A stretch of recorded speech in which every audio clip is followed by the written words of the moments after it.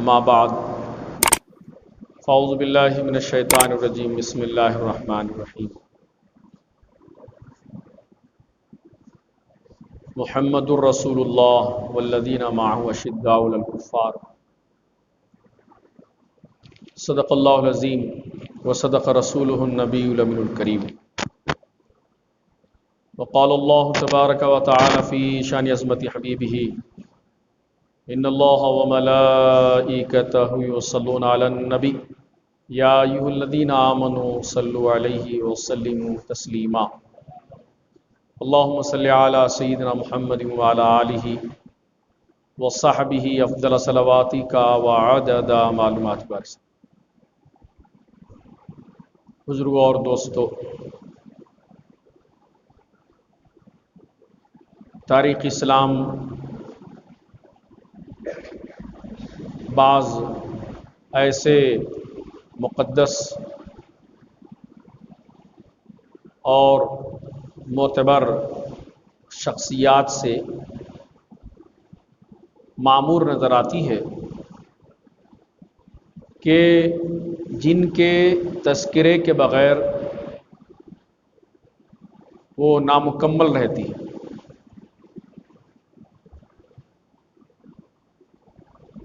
ان تمام لوگوں میں من جملہ صحابہ کرام، پھر صحابہ میں بھی عشرہ مبشرہ میں بھی خلفائے الراشدین مہدیین، ایسی اسلام کی برگزیدہ اور معتبر شخصیات ہیں جن کے ذکر جمیل کے بغیر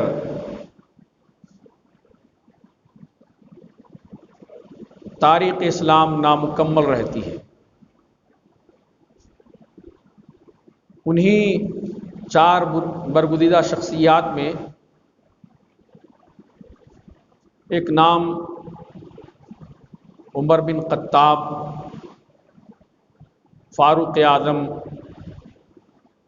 رضی اللہ تعالیٰ عنہ کا آتا ہے۔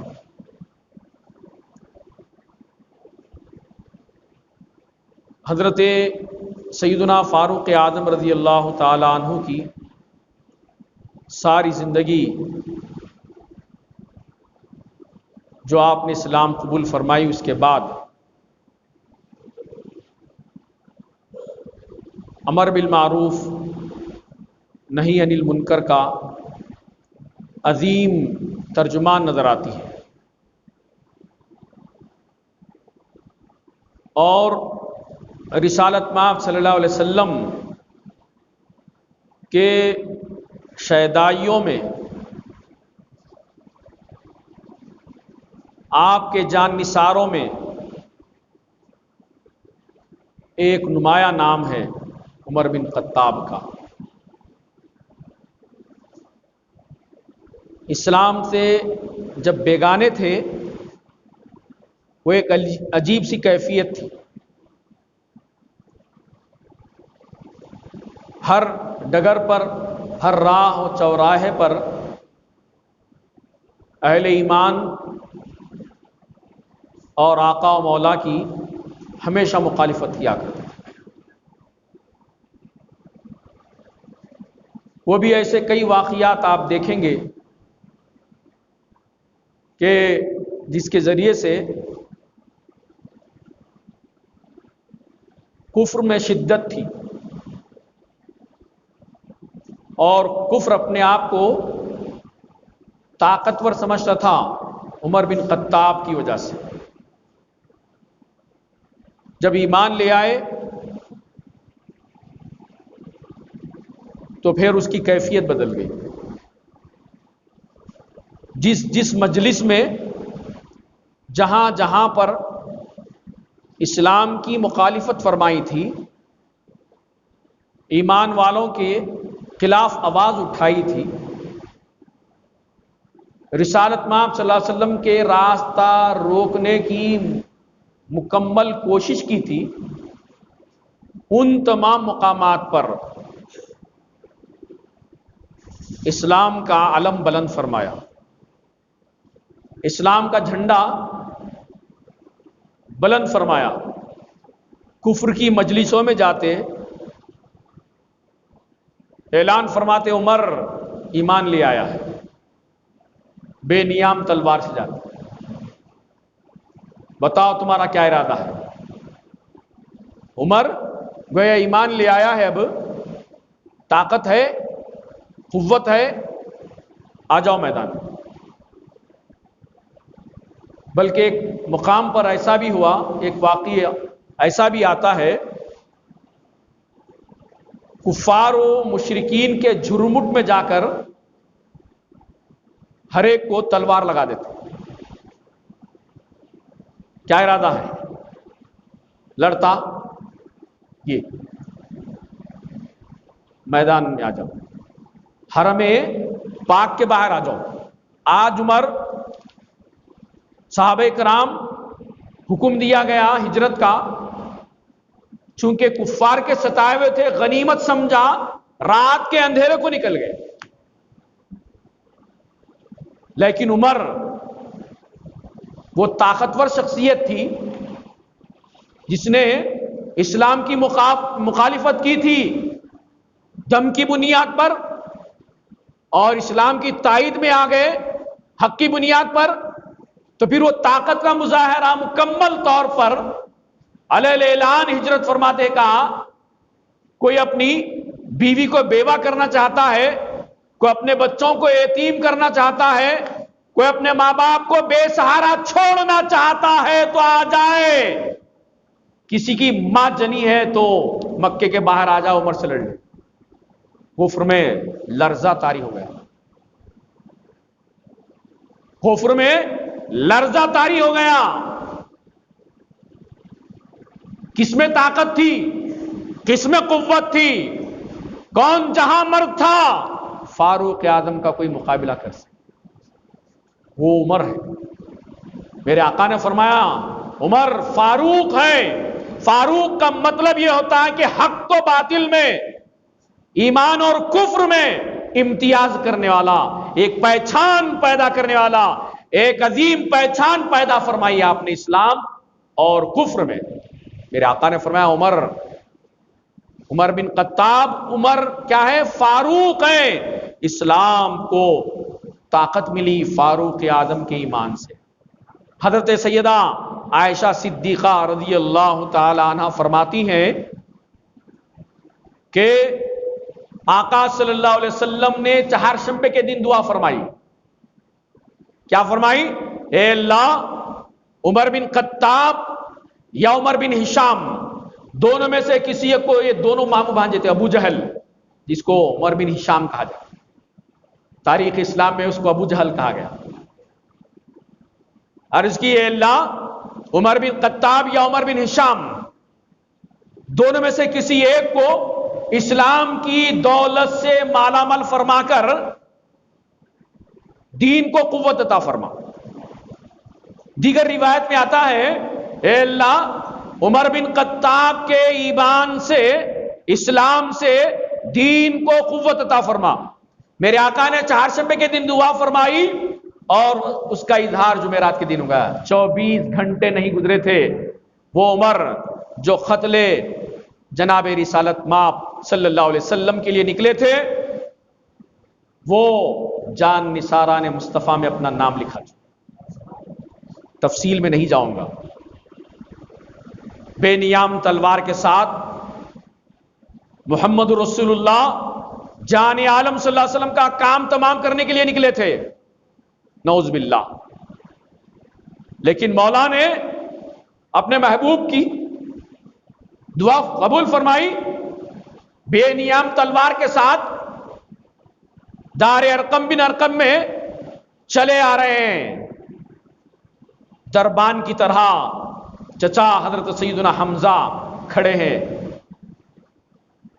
روایت میں آتا ہے کہ ایک دن پہلے حضرت حمزہ اسلام لے آئے، ایک دن پہلے حضرت سیدنا حمزہ ایمان لے آئے تھے، اور ایک دن بعد حضرت عمر شہدائیان اسلام میں داخل ہونے کے لیے آ رہے ہیں۔ عرض کی حضرت سیدنا امیر حمزہ رضی اللہ تعالیٰ عنہ نے، یا رسول اللہ صلی اللہ علیہ وسلم، عمر بے نیام تلوار کے ساتھ آ رہا ہے۔ میرے آقا نے فرمایا چچا جان دروازہ کھول دو، عمر کو آنے دو، عمر کو آنے دو، چچا جان دروازہ کھول دو اور عمر کو آنے دو۔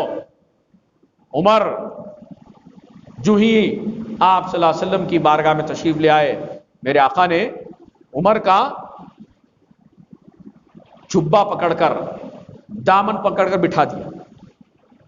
ایک نبی کے اندر 40 عام لوگوں کی طاقت ہوتی کہتے، وہ کیسا پکڑے ہوں گے؟ عمر کا جسم لرزہ باندام ہو گیا، کانپنے لگا۔ عمر بیٹھو، یہ کہنا تھا۔ حضرت عمر کی زبان حق ترجمان سے آواز آئی، اشہدو ان لا الہ الا اللہ وانک رسول اللہ صلی اللہ علیہ وسلم۔ مسلمانوں نے ایک ایسی تکبیر بلند فرمائی، نعرے تکبیر، سارا مکہ گونج اٹھا، وادی مکہ کے پہاڑوں میں دراڑیں پڑ گئی، کفار میں ہیبت طاری ہو گئی۔ یہ کیا ہو گیا؟ یہ کیا آواز ہے؟ آخر اس آواز میں ایسی کیا تڑپ ہے، ایسی کیا بھڑک ہے جو دلوں کو چیرتے ہوئے گزر رہی ہے؟ آواز آئی، کفر میں ایک دراڑ آ گئی، اسلام لے آئے۔ عرض کی یا رسول اللہ صلی اللہ علیہ وسلم ہم حق پر نہیں؟ آقا نے فرمایا کیوں نہیں؟ تو عرض کی یا رسول اللہ کیوں ہم ایسا نہیں کرتے کہ ہم بآواز بلند اعلاء کلمۃ الحق کے لیے کام کریں، نماز باجماعت پڑھے؟ آقا نے ارشاد فرمایا عمر تھوڑا وقت چاہیے، تعداد میں کم ہے، تھوڑی مہلت چاہیے۔ میرے آقا سے عرض کرتے ہیں یا رسول اللہ نہیں، جس ڈگر پر، جس راہ پر عمر اسلام کی مخالفت کیا تھا، ہر اس جگہ پر آج اسلام کا جھنڈا بلند فرمائے گا، آج اسلام کا جھنڈا گاڑ دے گا عمر۔ رسالت مآب صلی اللہ علیہ وسلم سے عرض کرتے ہیں میرے آقا آپ ساتھ چلے، عمر سامنے ہوگا آپ پیچھے رہے، عمر سامنے ہوگا آپ پیچھے رہے۔ میرے آقا تشریف لے جائیں، 40 مسلمانوں کا ایک جھتہ ہے، حضرت فاروق اعظم سامنے ہے اور میرے آقا پیچھے ہیں، اور آپ کے پیچھے سیدنا امیر حمزہ رضی اللہ تعالیٰ عنہ، اس کے پیچھے ان کے پیچھے ساری امت ہے۔ تاریخ بتاتی ہے کہ نماز ظہر مسلمانوں نے پہلی مرتبہ حضرت عمر کی قیادت میں رسالت مآب صلی اللہ تعالی علیہ وآلہ وسلم کی امامت میں نماز پڑھی۔ عمر ایمان لے آئے، وہ طاقت مل گئی، قوت مل گئی، ایک نئی جہت مل گئی، مسلمانوں کے جوش اور جذبے میں اضافہ ہو گیا۔ گویا مسلمان اپنے آپ کو محفوظ سمجھنے لگے، کل تک غیر محفوظ سمجھتے تھے، آج سے مسلمان اپنے آپ کو محفوظ سمجھنے لگے۔ وہ ذات گرامی ہے۔ سیدنا علی کرم اللہ وجہ الکریم سے ایک روایت ہے، آپ فرماتے ہیں کہ اللہ کے رسول صلی اللہ تعالی علیہ وآلہ وسلم نے فاروق اعظم کو، عمر بن خطاب کو چراغ اہل جنت فرمایا۔ عمر چراغ اہل جنت ہے۔ تو مولا کائنات سے عرض کرتے ہیں عمر کیا لکھ کر دو گے؟ کیا علی لکھ کر دو گے؟ رسول اللہ نے فرمایا ہاں ہاں، فرمایا ہاں لکھ کر دوں گا۔ میرے مصطفیٰ نے فرمایا عمر چراغ اہل جنت ہے، تحریر فرما دیجیے تاکہ میں اس وثیقے کو اپنے ساتھ اپنے رب کی دربار میں لے جاؤں۔ حضرت سیدنا مولا کائنات رضی اللہ تعالیٰ عنہ نے لکھا، علی بن ابی طالب رضی اللہ تعالیٰ عنہ کی جانب سے عمر بن خطاب کے لیے پیغام ہے کہ رسول اللہ صلی اللہ علیہ وسلم نے عمر کو چراغ اہل جنت فرمایا ہے۔ حضرت عمر نے فرمایا اپنے لواحقین سے، اپنے ورثاء سے، اپنی اولاد سے، جب میں مر جاؤں تو میری کفن میں اس ورقی کو رکھ دینا، یہ میں اپنے رب کی بارگاہ میں پیش کروں گا۔ چراغ اہل جنت، چراغ اہل جنت۔ اللہ سبحانہ و تعالی سیدنا فاروق اعظم رضی اللہ تعالی عنہ کو ایسا لباس عطا فرمائے گا، ایسا ایسا لباس عطا فرمائے گا، دیکھنے والے دم بخود رہ جائے۔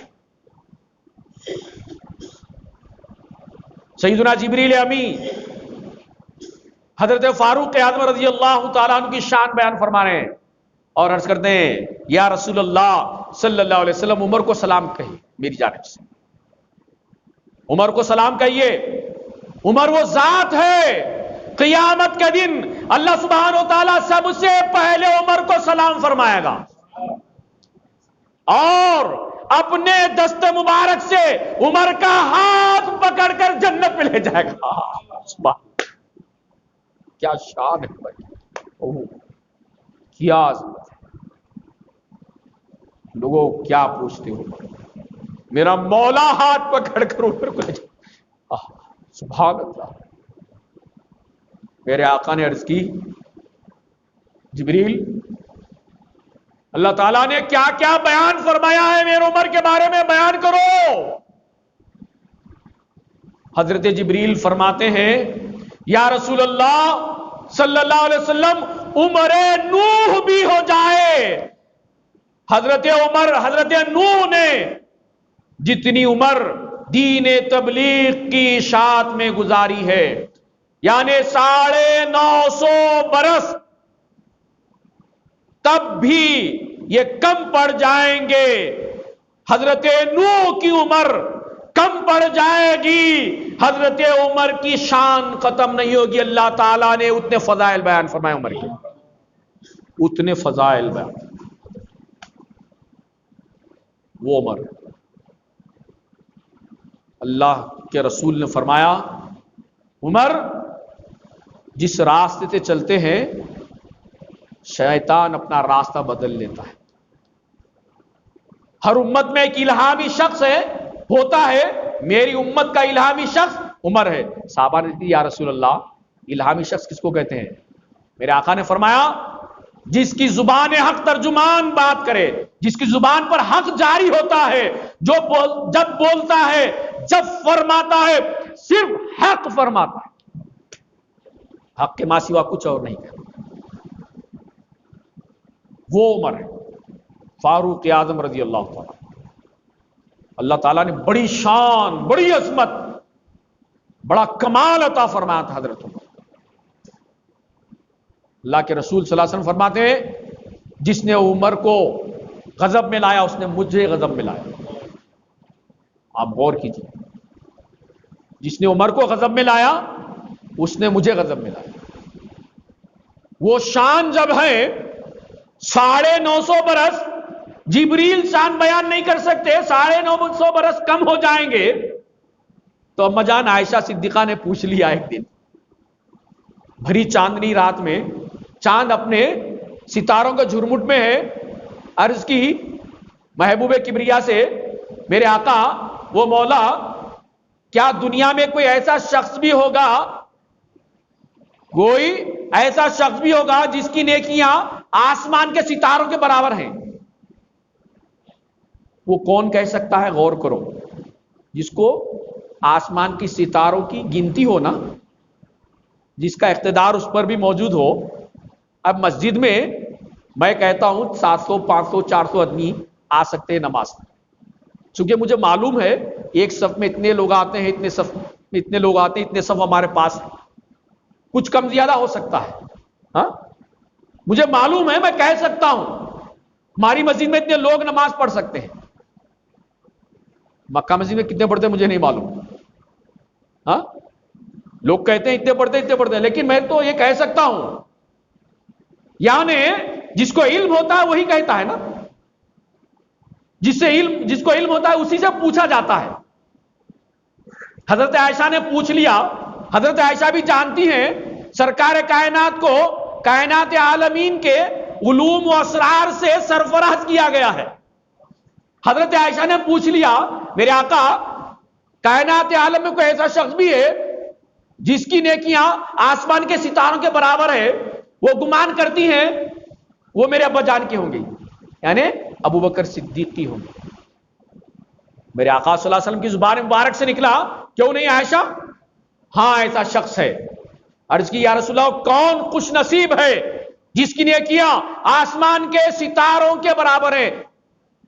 دنیا میں آج بھی کوئی بتا نہیں سکتا، روزانہ ایک نیا سیارہ دریافت ہو رہا ہے، روزانہ ایک نیا سیارہ دریافت ہو رہا ہے سائنسدانوں کو۔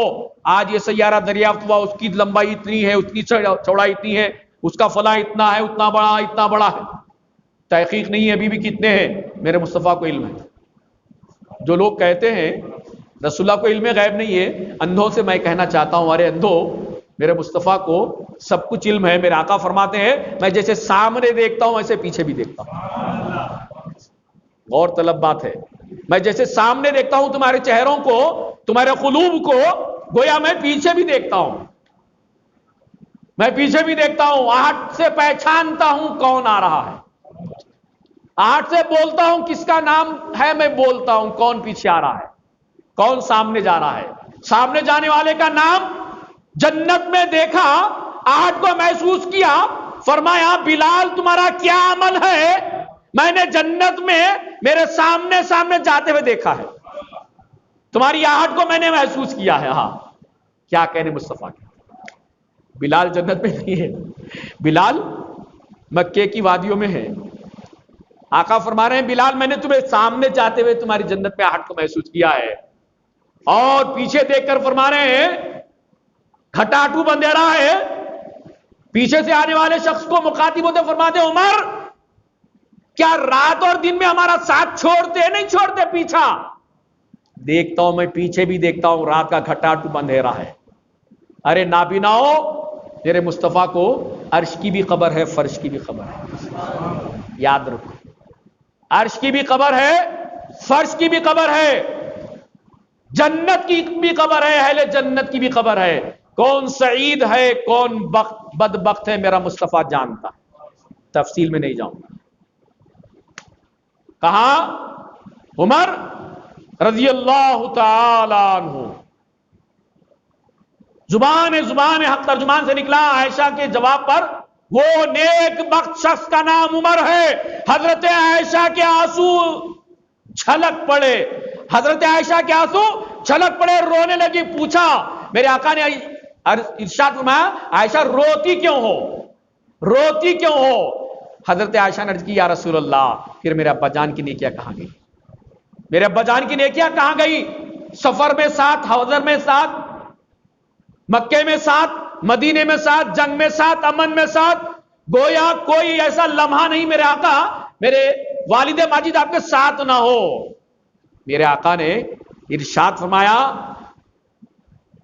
میرے آقا نے کیا فرمایا؟ عمر کی ساری نیکیاں ابو بکر کی ایک نیکی کا مقابلہ نہیں کر سکتی۔